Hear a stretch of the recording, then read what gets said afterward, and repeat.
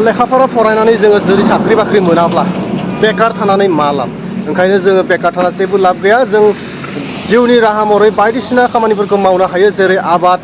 आरो नङाब्ला बिजनेस नङाब्ला बायदिसिना खामानिफोरखौ मावनानै जों जिउनि राहाखौ नागिरनानै लानो हायो बेनि फिथाइ महरै आं दिनै मोनसे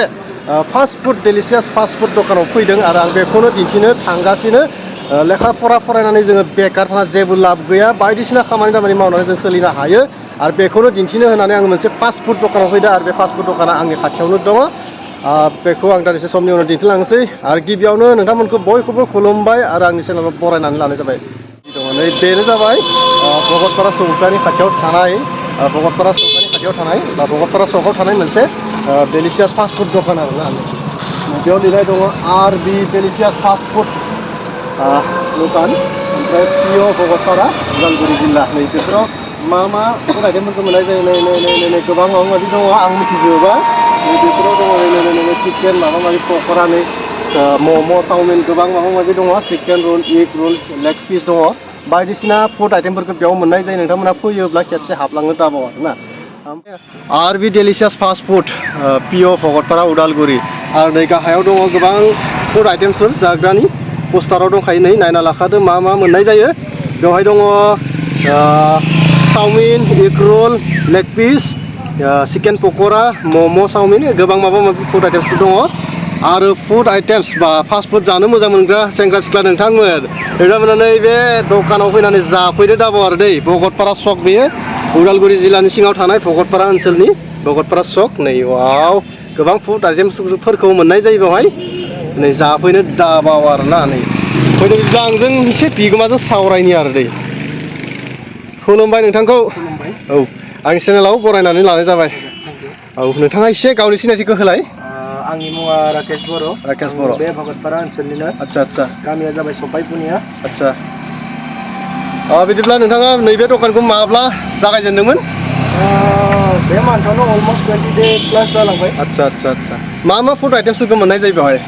मम' चावमिन चिकेन पक'रा बार्गार बायदिसिना बेफोरखौ मोननाय जायो स्ट्रिट फुड जेसेबां दङ बेफोरखौ गासिबो मोननाय जायो आदसा खोनाबाय नोंथांमोना सेंग्रा सिख्ला नोंथांमोन फास्ट फुड मोजां मोनग्रा सेंग्रा सिख्ला नोंथांमोन नै गोबां फुड आइटेमसफोरखौ मोननाय जायो नै बेवहायबो दङ मम' दङ आरो गोबां फुड आइटेमसफोर दङ आं फारि फारि दिन्थिलांगोन नै गोबां दङ बेथिंबो दङ नै बानायगासिनो आरो रेडि गैथ'वा दायो गोबां टाइम लायो बेफोर खामानिया नै नोंथाङा बहाबाफोर एक्सपिरियेन्स लाना फैदों नामा बे दखानखौ 8 years एक्सपिरियेन्स आङो 8 years आदसा 8 बोसोर एक्सपिरियेन्स बबेयाव आं मेघालय थांदों मुम्बाइ महाराष्ट्र बेफोराव मावना फैयो बहुत गोजानाव थांनानै बिथाङा सोलोंना फैदों आरोना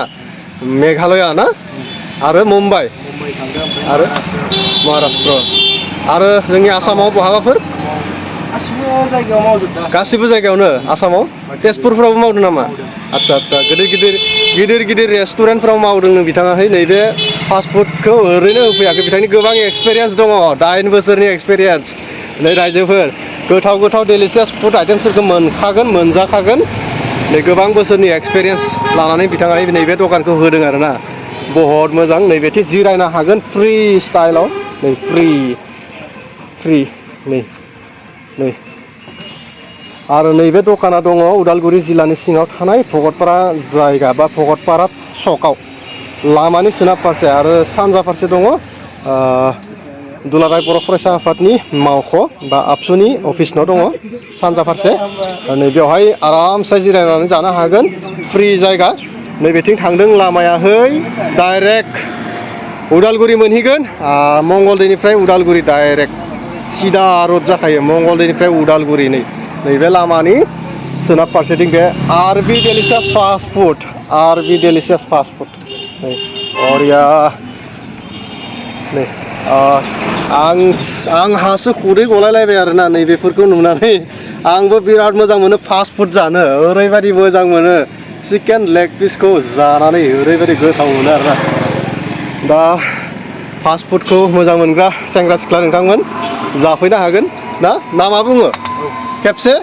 बयखौबो ट्राइ खालाम भिजिट खालाम आंनि आर.बि. स्टलाव आदसा नंगौ अब्लासो नोंहाबो एसे प्रम'सन जागोन आंहाबो एसे प्रमोसन जागोन एसे प्रमोसन खालामना हो बयबो जोंखौ बयबो हेफाजाब बयबो हेफाजाब होलाय गुबुन हारिनि दखान बाजाराव हाबालासिनो दखान गलायाव हाबालासिनो जोंनि बर'नि नै बेफोरबायदि आर'नाइ डिजाइन होलायलायनाय नै पस्टाराव नै गोबां मोजाङैनो बानायखादों नै बेफोरबायदि दखानाव जानो नांगौ गुबुन हारिनि दखानफोरावहा जों गोबां फैसा गारो नङा होमबा जों दा बर'नि दखानावनो जानो नांगौ नङा होमबा नंगौ सेंग्रा सिख्लाफोर फैदो थाबैनो फैदो नै फैदो बयबो फैदो खेबसे भिजिट खालाम बिदि बानायो फार्स्टआवनो सामब्रामखौ बिदि एवना लाबाय नै बे जागोन चावमिननि थाखाय बेखौ रेडि खालामनाय जाबाय नै वाव बिराद टेस्टि जाखागोन नै जाथावथाव जाबाय माथो वाव आरो नै चावमिना बेवहाय दङ चावमिन आरो बेखौ पुरा फ्राय खालामगोन आरो दायो होनोसै नै वाव चावमिन नै लोगोफोर जाथावथाव फैदो माबार फैदो थाबैनो हाबनो दाबाव बेवहाय नै वाव गोथाव जामारगोन बे खेबसेबाबो हाबनानै जालां आरो नोंथांमोना दै फैयोब्ला बावगारनाङा नै वाव टेस्टि जाखागोन नै दायो कालार होगोन दसे उनाव बिराद मोदोमबाय माथो वाव होबाय संख्रि होबाय एसे संख्रिबो नांनो नांगौ अब्लानिया गोथाव जायो नै कालार वाव टेस्टि जाखागोन नै कालार होबाय मोदोमबाय माथो नै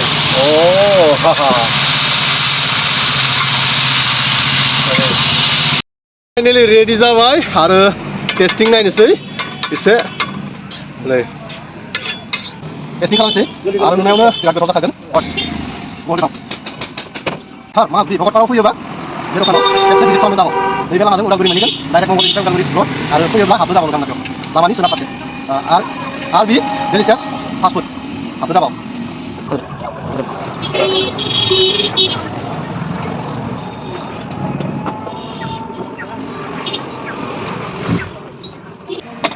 बिदिब्ला